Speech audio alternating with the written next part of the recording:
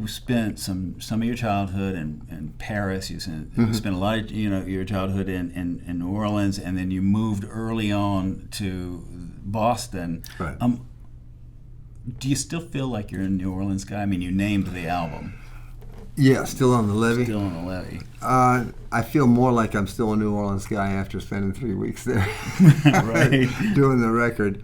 I felt like I was getting a little bit out of touch, and that was one of the reasons I wanted to do it, and that way. And the other thing is, there's a well-known technique for keeping songs alive and keeping them fresh. People say, how can you play a song 1,000 times over 20 years and still have it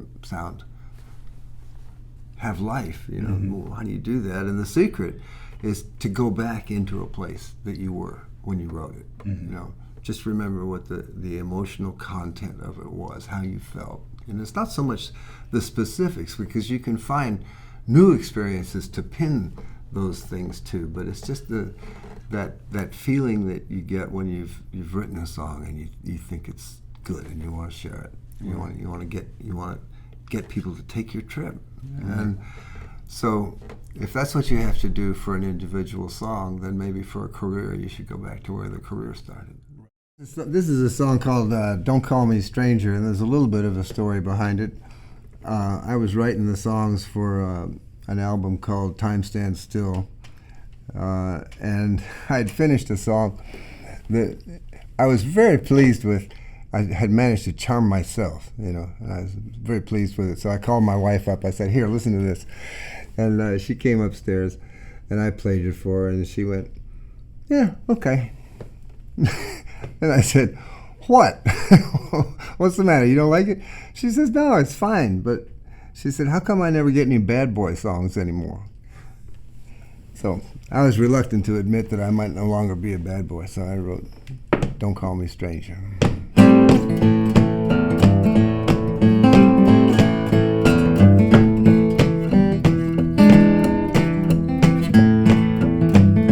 Come with me, I'll guarantee you the best time you ever had. Ain't no hurry, don't you worry, I ain't evil, I'm just bad. Do you have a taste for danger? It suits me if you do. Come on, baby, don't call me stranger, I'm just like you. If you listen to your mama, you won't never have no fun. I ain't denying that she's been trying, but she can't see how he's done. Those little shivers are the flavor of everything that she don't understand. Come on, baby, do yourself a favor, take my hand.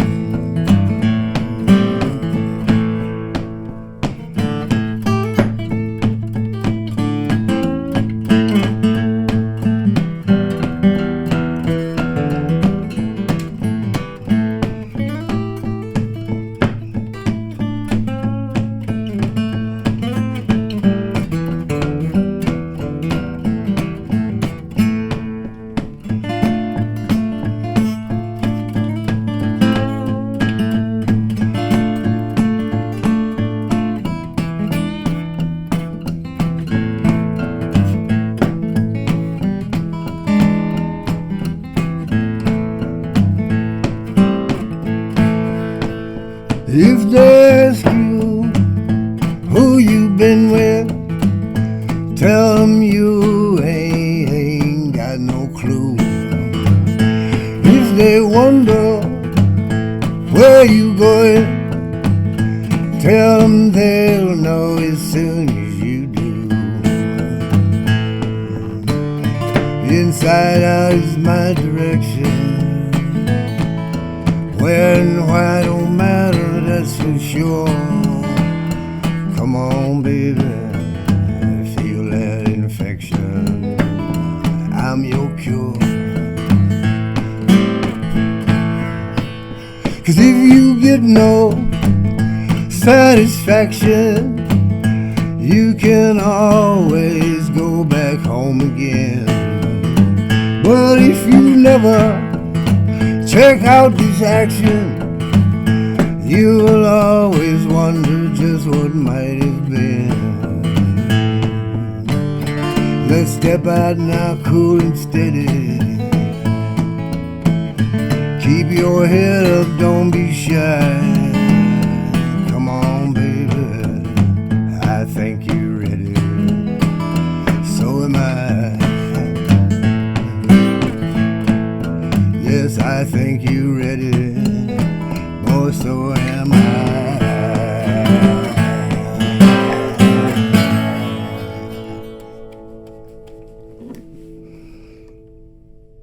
You know, a lot of us have had really dark, self-destructive periods in our lives, and are fortunate to have come out of them. Can you tell me? I know you had several years that were more than several. Can you tell me about that period, how it affected your music, and how you got out of it? Well, you know, drinking. In my case, it was alcohol. See, that's one of the things I learned from the blues guys. Right. You know, I just drinking the way my heroes drank. Right. You know, and these things have a way of taking over in a most insidious fashion. And I look at it as, you know, I got sick. You know, I just got sick, and I didn't know what I had for a long time, and most of the revelations that one has about, especially addictive diseases, have been repeated endless times, and everybody has heard them. But, you know, to encapsulate it very briefly, you know, you feel that your very disease is the only thing that's holding you together. Mm-hmm. You know, it's your only friend, the only thing that's left. And then you finally, one way or another, meet people who can tell you what the truth is, and you usually have to be at a point where you're ready to listen to anything. Mm-hmm. I don't know how I got out of it, to tell you the truth. I don't know why some people get better and some people don't. I know for a fact that it has nothing to do with being smart or being virtuous or being good or being strong. Mostly I just feel lucky, you know. If I were a Christian or a religious person of any sort, I'd say that it was grace, but I'm not, so I don't know what to call it.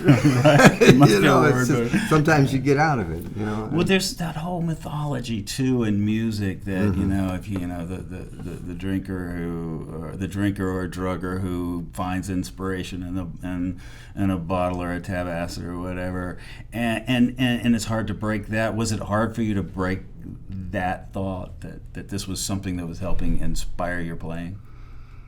Yes, yeah. It's just something you got to leave behind. You know, you're mistaken. Everybody makes mistakes. You know, you have mistaken models. Everybody, you know, spends their whole lives developing a framework, a model of the universe that they think will guide them through, and then sometimes you find out the blueprint's wrong. You know, you didn't draw it right. You got to rethink it. Well, that's not an appealing thought to anybody. Right.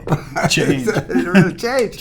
Changes. You mean I don't want to change my mind. You know, right. But you have to.